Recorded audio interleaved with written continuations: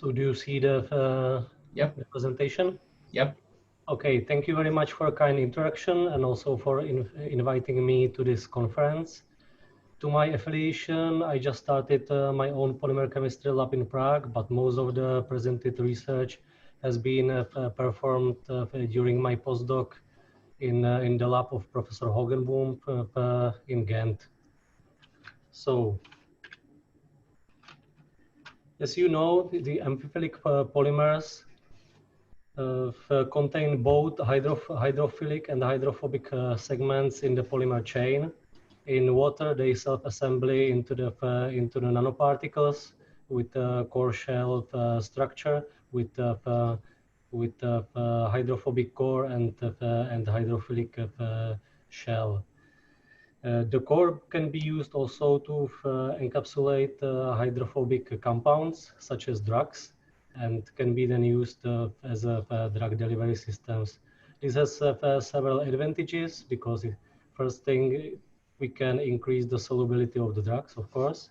The second thing, with this, we can also increase the bioavailability of drugs. We can extend the blood circulation times, and we can prevent the drugs from degradation by, for example, enzymes, and also we can prevent the sequestration by reticular endothelial system.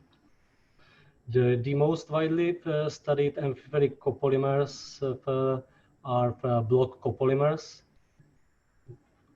shown here from several blocks, usually 2 or 3 blocks of different hydrophobicity or hydrophilicity. As an example of a drug delivery system based on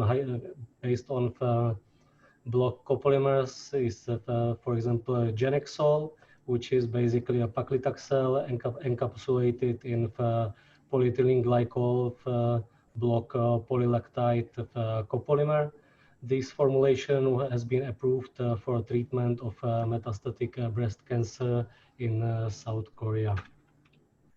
To the synthesis, block copolymer nanoparticles are usually prepared in multiple steps by sequential homopolymerizations. We first synthesize the first block, then the second block, sometimes the third and fourth block, and then we dissolve the polymer, and this self-assembles into the nanoparticles. Sometimes the last step can be skipped if we perform the PISA process. But on the other hand, you can do the whole synthesis also in one step. If you perform the statistical copolymerization of monomers of different reactivity, then the monomer with higher reactivity will be incorporated into the polymer chain preferentially, and the repeating units will accumulate closer to the initiating end. And the second monomer, the less reactive monomer, will be incorporated slowly, and will be incorporated towards the second end of the chain once the faster monomer is depleted. This process has several advantages, but the most important is the single-step synthesis of basically gradient copolymers. In case of a big difference in the monomer's reactivity, we can get an architecture that is close to the block copolymers in a single step. If we use the monomers of different hydrophobicity, then we can get the amphiphilic quasi-block-like copolymers that self-assembly in water. So we can skip the block formation. For our research, we've selected polymers based on cyclic amino ether monomers. These monomers, they polymerize by cationic ring opening polymerization into the linear amide group containing stable polymers. Of course, the most popular polymers are polyoxazolines that are polymerized by ring opening polymerization of 5-membered ring 2 oxazolines. But in the recent years, the polyoxazines are gaining also substantial popularity. You have seen the nice talk of Robert Luxenhofer. And the 7-membered ring oxazepines, they have been reported just recently that they can be also polymerized. So cationic ring opening polymerization proceeds as a living polymerization with excellent control over the polymer size, architecture, and good polymer dispersity. We can easily introduce functional groups to the both chain ends and also to the side chains, with which we can tune the properties very nicely. Here in the bottom, you can see the polymerization mechanism, including the initiation with electrophilic agent, usually bromides, alkyl iodide, tosylate, triflate. Then the propagation step, which is basically SN2 nucleophilic substitution, and termination with the nucleophilic terminator. The physical properties of cyclic amino ether based polymers, in this case polyoxazolines, depend mainly on the structure of the side chains. Basically, the longer the side chain is, the more hydrophobic the polymer. That's why the polymers with the shortest side chains, like polymethyloxazoline or polyethyloxazoline, are water-soluble hydrophilic polymers that are biocompatible, and they have biological properties comparable or even better than polyethylene glycol, and that's why they have often studies for their biomedical applications. The polymers with medium size side chain, typically the polypropyloxazoline, are thermoresponsible, and they show the lower critical solution temperature in water and can be used for different thermoresponsive systems. The polymers with even longer side chains are hydrophobic, water insoluble, and can be used for the formation of hydrophobic segments in amphiphilic copolymers. So to the gradient copolyoxazolines, some time ago, Richard Hogenboom published the statistical copolymerization of methyl and phenyloxazoline. It was the macromolecules paper, and in this copolymerization, the methyl oxazoline is much faster than the phenyloxazoline.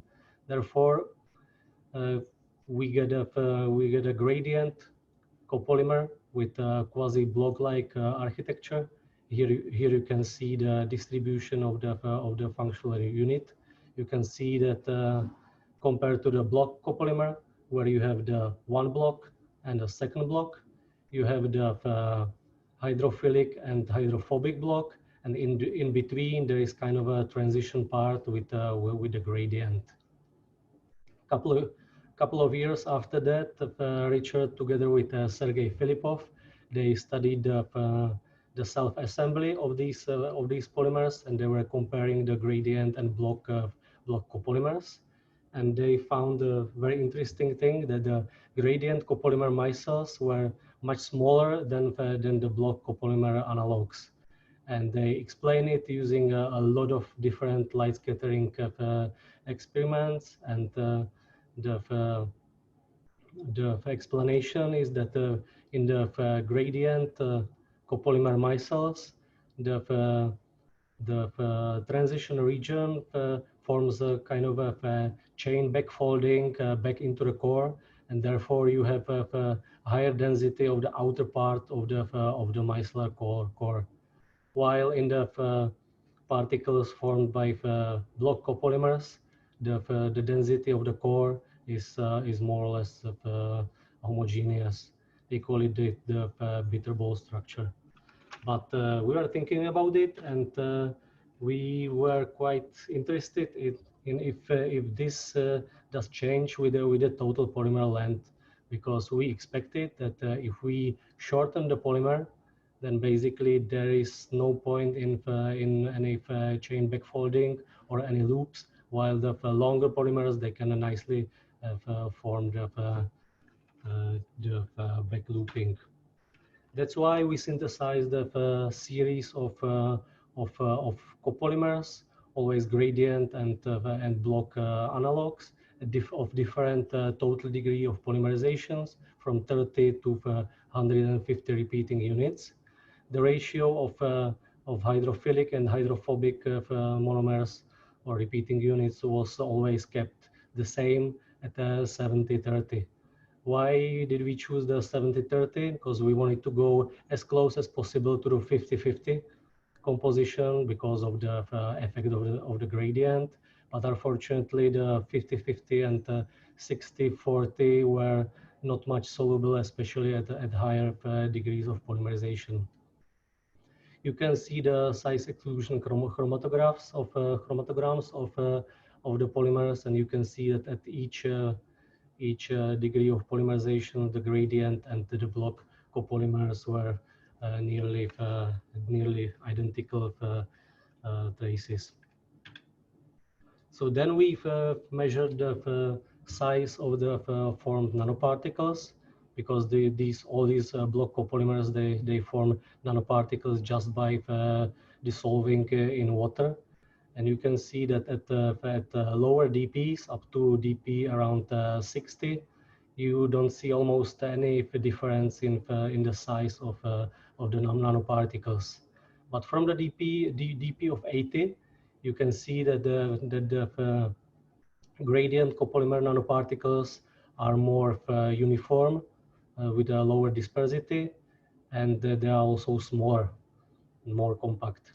While the block copolymer nanoparticles, they are a bit with broader dispersity, and they are slightly bigger. You can see it also on the on this graph showing the dependence of the Z average micellar diameter on the total degree of polymerization of the polymer. You can see that up to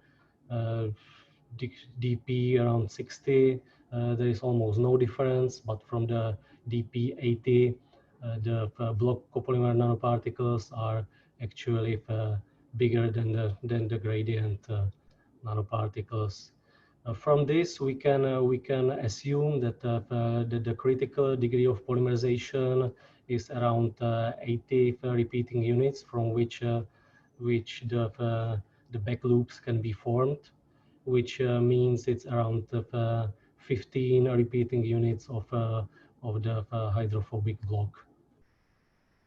Also, we measured the cryotem of the micelles, and we can see that quite interestingly that even at a high degree of polymerization, 150, the gradient of copolymer micelles were spherical or elliptical, while at a higher degree of polymerization, we can see some fusion of micelles and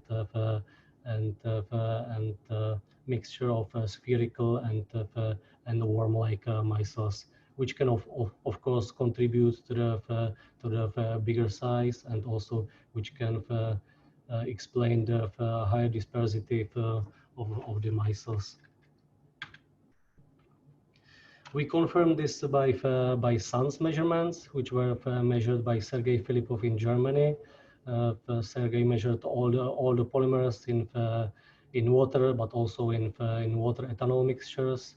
It was really a lot of work, and he fitted all the data with he fitted all the data and found out that with increasing degree of polymerization, there is a change from spherical to elliptical morphology, which also confirmed the cryo-TEM measurements. Also, from the RG dependence on DP, we can confirm that up to DP around 80, we have the similar size of the micelles, but from the DP 100, we have the block copolymers bigger than the gradient ones. As the next step, we measured the equilibrium micelle stability, We use the pyrene fluorescence quenching. For example, this is the graph for DP120 copolymers. We measured the fluorescence of pyrene with an increasing amount of amphiphilic copolymer, and we can clearly see the part where the pyrene is free, not encapsulated, and when the pyrene becomes encapsulated in a forming copolymer. The difference between the gradient and block copolymers were not so big, but they were pretty consistent. And we can say that the gradient copolymers are less stable than the block copolymers, but still they are quite stable for the application. Of course, with increasing the total degree of polymerization, the stability of micelles increased because of the longer hydrophobic stabilizing segment. And this difference can be explained by the presence of hydrophilic repeating units in the hydrophobic region and vice versa. But in the human body, the conditions are not much equilibrium. They are more like dynamic. So that's why we wanted to study also the dynamic stability of the micelles, which means for example, the exchange of individual polymer chains between the micelles. For this, we use the FRET, means first resonance energy transfer, which was kindly introduced by previous speaker. First, we as a FRET pair, we use the fluorescein and rhodamine, which is a bit weak FRET pair, but it's still but for our purpose it was still very nice. So in this FRET pair, upon the excitation of fluorescein, if there is a rhodamine in close proximity, the energy is transferred to rhodamine, and you can see increase in the emission of rhodamine. But just when these two dyes are together. That's why we prepared a series of polymers of DP100, always gradient and block ones, and all of them were chain end functionalized with either fluorescein or rhodamine. Then we prepared the individual solutions of micelles loaded with either FITS labeled, fluorescein labeled polymers, or with rhodamine labeled polymers, and then we mix them, and we observed basically the scrambling of the micelles, which resulted in an increase of the FRET, basically increase in the emission of rhodamine.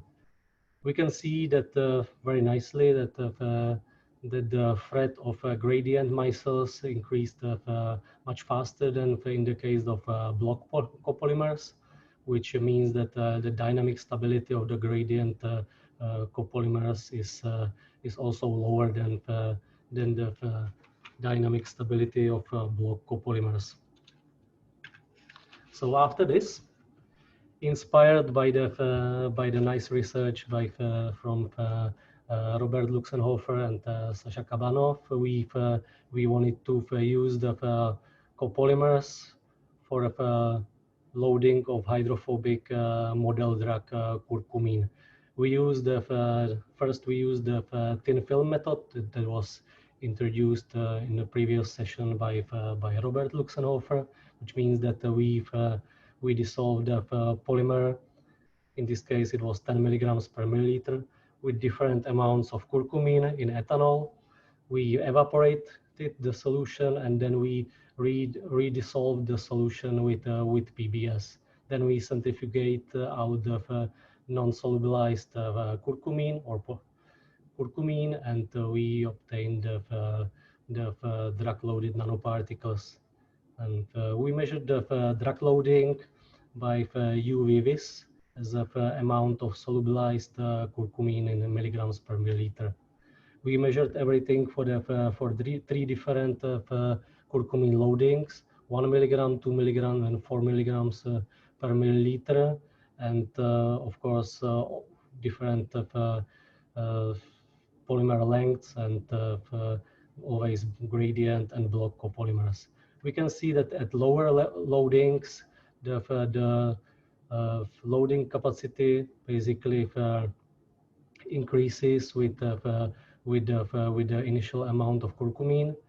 Unfortunately, at higher curcumin loadings, we can see also the drop of the loading. Basically, this is caused by the fact that the system is then too hydrophobic, and basically we obtained a solid that was not basically solid mixture of polymer with curcumin that was basically too much hydrophobic that we cannot dissolve it.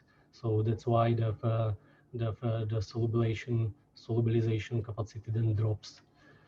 And we observe this phenomenon with also with increasing the size of the chains. And with increasing size, we are able to dissolve less and less curcumin, and also we can see that the gradient copolymers were a bit less stable in the solid form, so we obtained a lower loading of curcumin into the gradient copolymers. So that's why we decided to switch the loading process to the direct encapsulation and nanoprecipitation, because we wanted to avoid the formation of thin film, because in a solid state probably the interactions of the curcumin with the polymer can somehow cross-link the whole structure and prevent the solubilization. So basically, we just took the vial with curcumin, we added the dissolved polymer micelles in PBS, and then we vortex the whole system for a couple of days. And after the equilibration, we got the encapsulated curcumin in the micelles. This procedure is unfortunately it takes a longer time. It takes around 5 days of vortex to get the maximum loading of curcumin. It can be improved by heating the whole system to 60 degrees. It can be improved to around 2 days, or it can be also improved by pre-dissolving the curcumin in a very little amount of DMSO. Then after addition of PBS, we get a very fine suspension, which leads to encapsulation in a couple of hours. So comparing the loading capacities of gradient and block copolymer micelles, we can see that we can get around 16 weight% of weight loading of curcumin, which is not as much as in the case of systems from Robert, but for us, for our polymers, for diblock copolymers, and for phenyloxazolene copolymers, it's quite a lot for the fundamental for this fundamental story. And also interestingly, we can see that there is no substantial difference between the gradient and block copolymer nanoparticles when formed in the solution. So then we measure the size and morphology of the drug-loaded nanoparticles. We can see also, as before, that the size is increasing with the increasing length of the polymer, and always we get a bigger size of the curcumin-loaded nanoparticles compared to the non-loaded nanoparticles. And from the morphology, it was interesting because we expected maybe some changes in the morphology of the particles, but we observed that the morphology was more or less the same as the morphology of the unloaded particles, which means it was more or less spherical or elliptical for the gradient copolymers, but it was a mixture of spheres and fused micelles or worms for the block copolymers. We studied also the stability of the curcumin nanoformulations because we are a bit scared that our gradient copolymers will be less stable than the block copolymers. So that's why we studied measured the amount of solubilized curcumin in a PBS at room temperature after 5, 10, and 30 days, and we can see just a slight decrease of curcumin loading after 30 days, which means very good stability for storing. And the last thing is the stability after freeze drying, because we had problems with the stability of the system in a thin film. But if we freeze dry the nanoparticles, and then if we redissolve the nanoparticles, we can see almost no drop in the amount of solubilized curcumin, which means that the formulations can be stored as a solid in a solid form as a freeze-dried loaded micelles. Finally, we measured the release of curcumin from nanoformulations. We used the dialysis method, where when we dialyzed the nanoformulations through the 50 kilodalton cutoff membrane. And we can see the release on this graph. We measured the release from DP40 and DP100 copolymers. We can always see that the release from the gradient copolymer is faster than the release from the block copolymer. This is of course caused by the lower stability of gradient copolymers. On the other hand, we did not observe the burst release of the drug, which is unfortunately often experienced in a low TG core micelles, that sometimes you can see the release of maybe 50% in the first couple of minutes. But in our case, in a high TG core phenyloxazoline core, we don't observe any substantial burst release. So to summarize and to compare the gradient versus block copolymers, when it comes to the synthesis, the gradient copolymers are interesting because they allow the single-step synthesis of amphiphilic copolymers, while block copolymers are always multi-step. On the other hand, the selection of monomers for gradient copolymers is quite tricky, because to get block copolymers, you can use basically any kind of a wide range of monomers, but with gradient copolymers, you need to be quite careful about the selection of the monomers.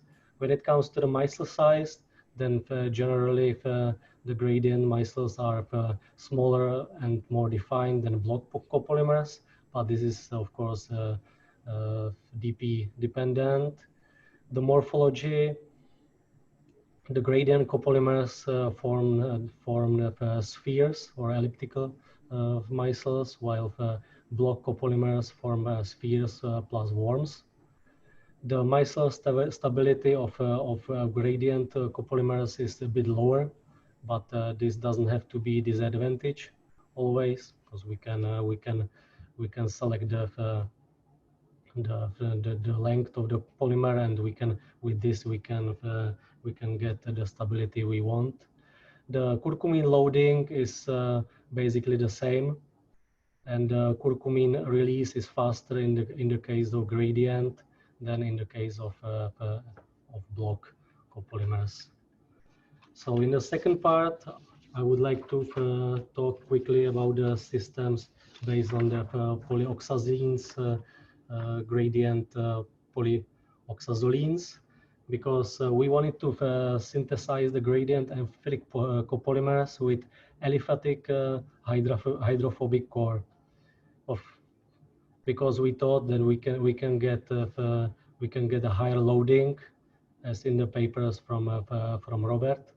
So, but unfortunately, we cannot copolymerize the well, we can copolymerize the hydrophilic and hydrophobic alkyl containing oxazolines, but the copolymers will be more or less random. That's why we have chosen to copolymerize the oxazolines with oxazines, because these two monomers have a different reactivity, and we expected the gradient copolymers. We decided to copolymerize the hydrophilic methyloxazine with thermoresponsive or thermoresponsive forming polymer forming and propyl oxazoline, respectively hydrophobic and butyl oxazoline. From this, we wanted to obtain the gradient nanoparticles which would be thermoresponsive or classically amphiphilic. From the homopolymerization kinetics, we've expected that the oxazolines will be faster incorporated than the oxazines, because the oxazines were homopolymerized really much more slower.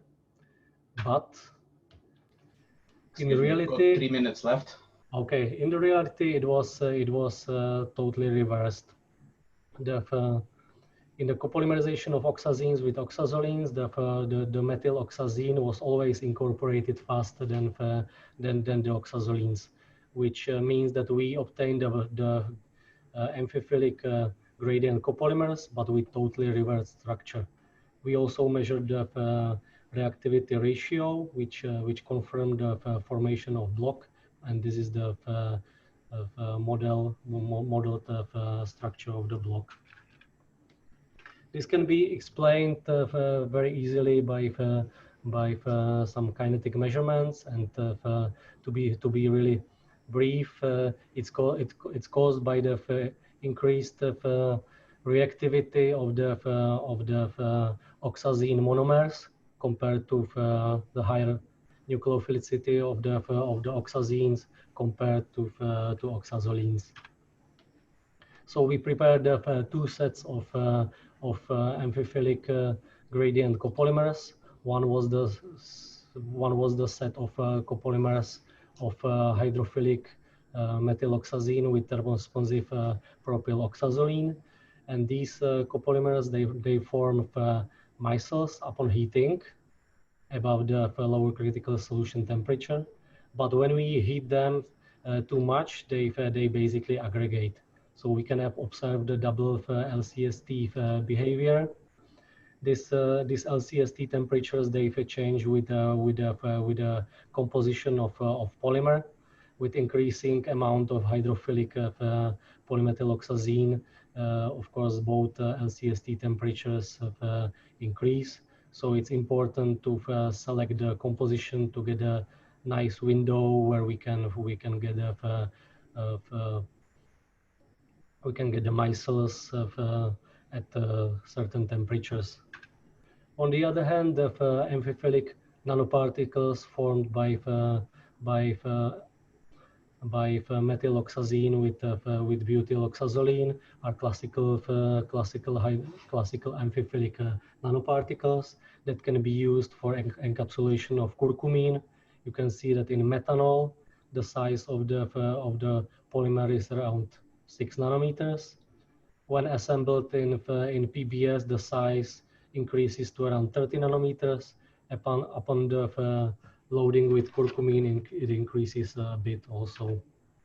And in the end, we've studied the cytocompatibility of the copolymers, which were pretty cytocompatible, and also the copolymers were proven to promote the cellular uptake of hydrophobic model dye, which was rhodamine C18 modified compared to the controls.